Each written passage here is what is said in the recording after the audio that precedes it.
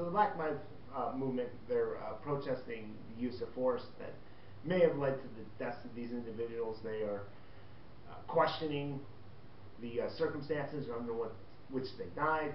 They're questioning the laws, the general questioning of the treatment that African Americans are given by police compared to Caucasians and other groups.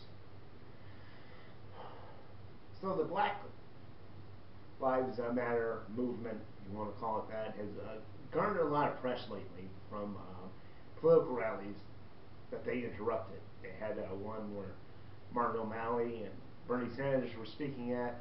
Black Lives Matter protesters showed up. They protested there, interrupted the whole event.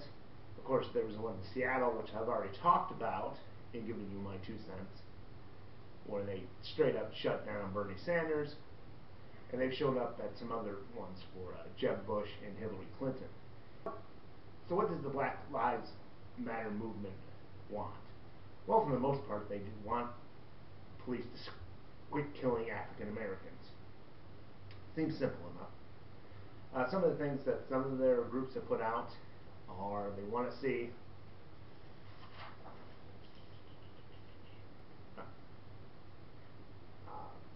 the end of the broken windows policy, which they think unfairly discriminates against African American individuals. More community oversight of the police force. Limits on the use of force.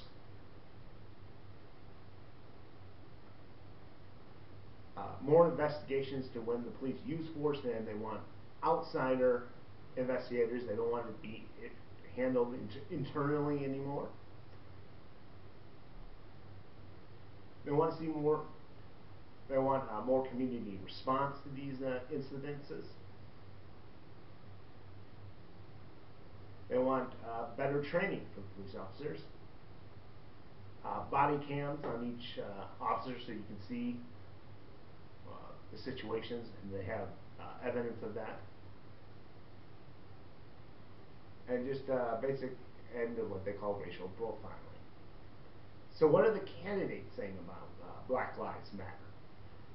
Well, I filmed some of the candidates talking, and it did come up on a few of them. So here we have Bernie Sanders, what he had to say about it. Anyone who has seen the tapes of Sandra Bland or Samuel DuBose understand that it is unacceptable that African Americans can get taken out of their cars, thrown to the ground, assaulted, and thrown into jail and die 3 days later. That is not what this country is supposed to be about.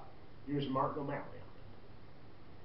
It's also about how we police the police, requiring that all departments report, as they do now, murder, rape, robbery, and other crimes, to report discourtesy, excessive force, lethal use of force, custodial deaths, so we know whether we're doing any better than we were before. There's a bunch of other stuff in it as well. And now we'll take a look at a clip of some Republican candidates talking about Black Lives Matter. Okay, it's not as though the Republicans are not talking about Black Lives Matter. I did not, of the ones that I was lucky enough to film over the last few weeks, they didn't speak about it, but they have spoken about it in the press. Rand Paul said that ending the war on drugs would be one solution, but he also kind of criticized the use of the term Black Lives Matter. He said it should be all lives matter or our lives matter. Marco Rubio said that he thinks that it is a legitimate issue, but he doesn't think that there's too many solutions at the federal level. And Donald Trump said, yes, there are some horrible states that have been made, but at the same time we have to give more power back to the police because crime is running rampant. That's what Donald Trump and some other Republicans had to say about Black Lives Matter. And yes, I think the Black Lives Matter, the protesters, I think they should keep it up and make sure that it's going to be an issue when the actual election comes around, when you have when it's been whittled down to those 2 candidates, that Black Lives Matter is going to be an issue of the election, the same as immigration and Social Security. So what do I think about it? Well, I find myself agreeing with most of what people are already putting out about how you can change things, especially when it comes to training. And speaking of which, this is kind of on the a little off the topic maybe, but a couple of years back, I was getting out of the regular army. We had to go through some out processing. So we, learned how to do resumes and job interviews. And the instructor was talking about how some of the people would, this is Fort Hood, Texas, they were interested in joining the police force, say Dallas or Austin. He brought this up and he asked us a question about what would we do. We were a police officer. We're out walking around and we see an individual with a rifle or a firearm on it. How many of us would immediately pull out our pistol? I think like maybe 3/4 of the class put up their hands so they do that. And he said, you know what? You just failed that interview because that wasn't the answer the police force was asking for. I think this is Fort Hood, Texas. This would have been like the Dallas police force, the Austin police force. I don't remember which one, but I remember that question was if you immediately pulled out your pistol, you would have failed the interview. And that's because they wanted people to say no. I would assess the situation. I would get an idea why that person has a pistol. Maybe they were going out hunting. Maybe they were a fellow police officer or a security officer. And that didn't match up, then I would proceed to investigate, and eventually you might have to pull it out. But the idea was just automatically pulling out the pistol was not acceptable. And I kind of wonder, is that still in effect? Is that still what police forces are looking for, or has things changed? It seems with a lot of these cases, people they immediately jump to the use of force. And there's no trying to assess the situation. There's no trying to talk to these individuals. It's just, yeah. So training is something I think they need to improve. As far as what can a president do? Well, I know we cut sort of the militarization of the police force. A lot of people complain about that sort of equipment that our government, federal government, has been issuing them out since September 11th. I think in some cases, does that'd be a good idea.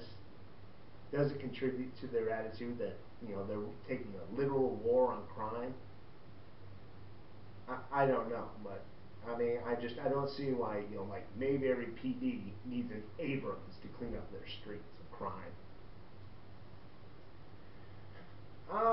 So now I think we'll discuss the elephant in the room. Why is it Black Lives Matter and not All Lives Matter?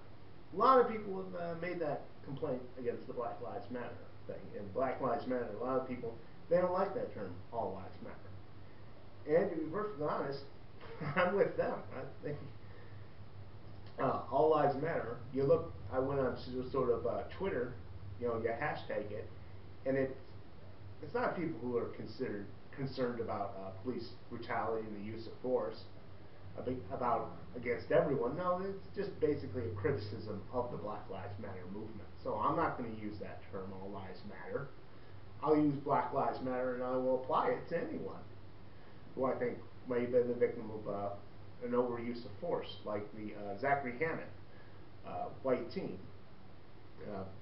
gunned down by police for some reason or another. After that happened, you get on Twitter, the All Lives Matter people were talking about him in the sense of well, how come Black Lives Matter isn't talking about him? And you get on the Black Lives Matter Twitter page, and they are talking about him. More importantly, they seem concerned more with his death than the All Lives Matter group. If All Lives Matter, White Lives Matter actually cared about these individuals who are getting gunned down police, I would say All Lives Matter, but this doesn't seem to be the case.